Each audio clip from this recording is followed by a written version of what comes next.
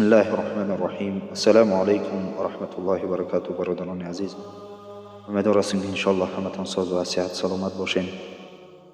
برادر عزیز، این ویدیو را وقتی که بنده دیدیم تاسفانه واقعا ویدیویی بود که یک انسانی که ایمان داره، در قلبش ذره غیرت داره و وجدان داره، نمیگذارش که آرام بشینه. حداقل باید یک سخنی از خود بگیم از باب ادای مسئولیت. برادر عزیز، البته شما این ویدیو را همتان شاید مشاهده کرده باشین. این ویدیوها باید از پیش ما و شما مسلمان ها و خاصتا جوان های با غیرت نباید این رقم بر یک دیدن از پیش ما و شما بگذرد و منتظری ویدیوی دیگرش باشین و مثل اما بگیم فیلم های سریال.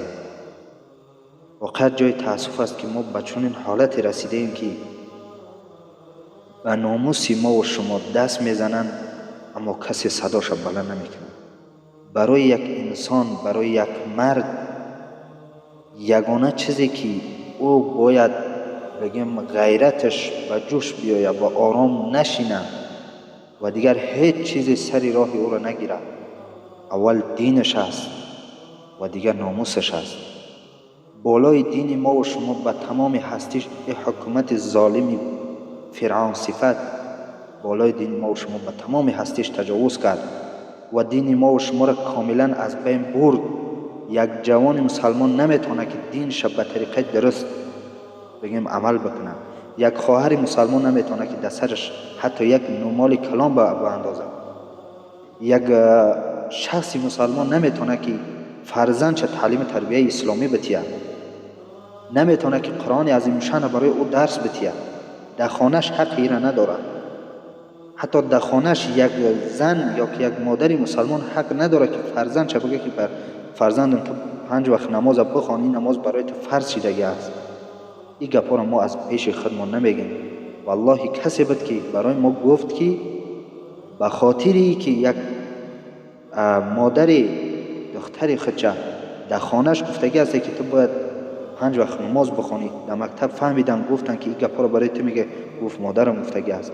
برای این گپا را چند روز بردگی هستند، پرسپاس کردگی هستند که تو چه حق داری که فرزند در خانه تعلیم دینی میتی. حالت ما و شما به چنین زدگی هست. بالای دین من خلاصه کاملا ظلم تجاوز چه صورت گرفت، ما خاموش نشستیم و بالای ناموس من که برای یک انسانی که ذره غیرت دارد، اگر بالای ناموسش دسترازی بشود او آرام نمی نشینه. اگر ذره غیرت داشته باشد، ذره در قلبش ایمان داشته باشد، چرا ما چگونه شیشتیم؟ والله اگر ما یک ذره اگر ما برخورد نشان بدیم، این حکومت فاسق فاجر نمیتونه که به این حد غیرت بکنه. شما ببینید که آشکار و واضح بالای این خواهر مسلمان ما تحقیر صورت گرفتگی است. کسی نیست که وای داد ای را بشنود. وای داد او را او بدبخت فرعون نمیشنود. او خودش این زمینه را فراهم کردگی است. او لشکرش خودش گفتگی است که شما مسلمان ها را همین رقم اذیت بکنید. اگر فرمانی بدبخت نباشه اینهای رقم جرأت نمیکنن. پس متاسفانه باز خواهر ما و از ناچاری شده باز به سوی این فرعون مراجعت کردگی است. آیا این مراجعت ها کم هستند؟ کم شدگی هستند این قسم مراجعت ها؟ پس برادرای عزیز، باید ما و شما، وظیفه ما و شما است، وظیفه ما و شما جوانهای مسلمان است که از ناموسمون، از خواهرمون، از دینمون بخیزیم، دفاع بکنیم. والله فردا روز قیامت ما و شما در نزد الله عزوجل جوابدار میشیم.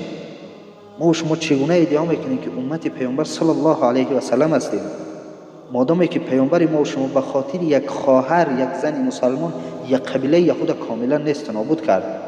او قبیله که میخواست سطح مادر ما و شما را، سطح خواهر مسلمان ما و شما را از سرش بکشه و او را تحقیر مسخره بکنه. پیامبری به غیرت ما و شما اصحاب کرام چنین وانمود، چنین برخورد با آنها کردند. از چگونه ما ادعا میکنیم که ما امتی چنین پیامبری با غیرت هستیم؟ والله بیزار براءت و بیزاری میکنه چون پیامبری ما و شما از چنین امتیش، از چنین امتیش که دینش زیر پاشیدگی است، ناموسش زیر پاشیدگی است، باز هم خاموش. از چنین امتی پیامبری ما و شما براءت و بیزاری میکنن. پس برادرای عزیز، کی ما و شما از خواب بیدار میشیم؟ دیگه ملت نمیاید دستی خواهر مظلوم ما و شما را بگیره. ما و شما باید بخیزیم خواهرها، بگیم مادرامون از زیر این ظلم نجات بتیم. ما نمیگیم شما بخیزین خوب به اصطلاح یا تروریست بشین، بخیزین از حق حقوق خودتون به همون گفت خودتون قانونا بخیزین اعتراض بکنین، حق خودتون طلب بکنین که چی گپ است.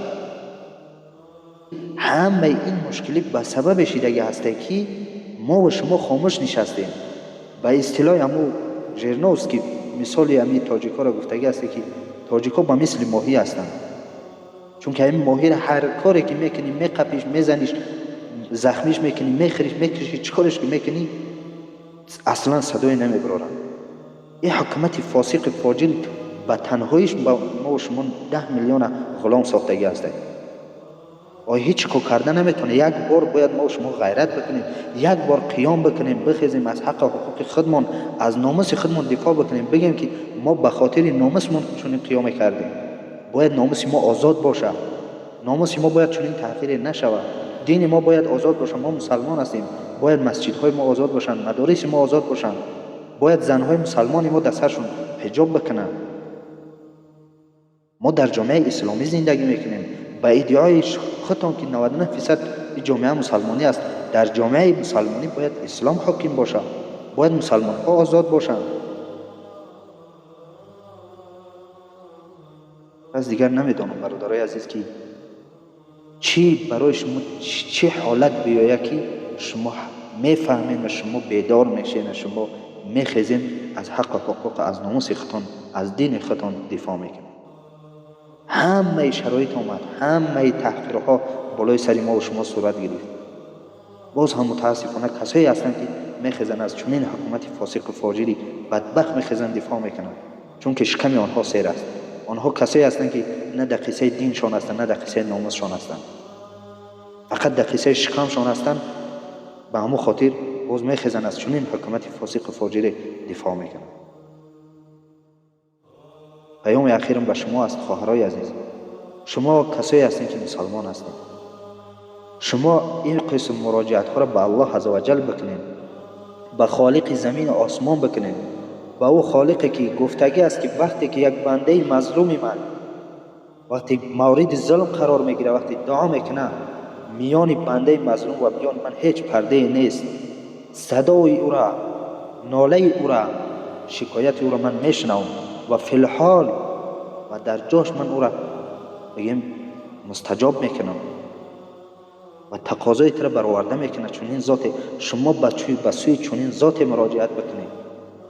شما باید خوب فکر بکنید که چنین حالت نمی به همین کسی که شما مراجعت کردگی است، چنین حالت همین کس بالای سری شما آوردگی است، بالای سری مسلمان ها آوردگی است. باز هم شما خواستین به سوی مراجعت کرده استید.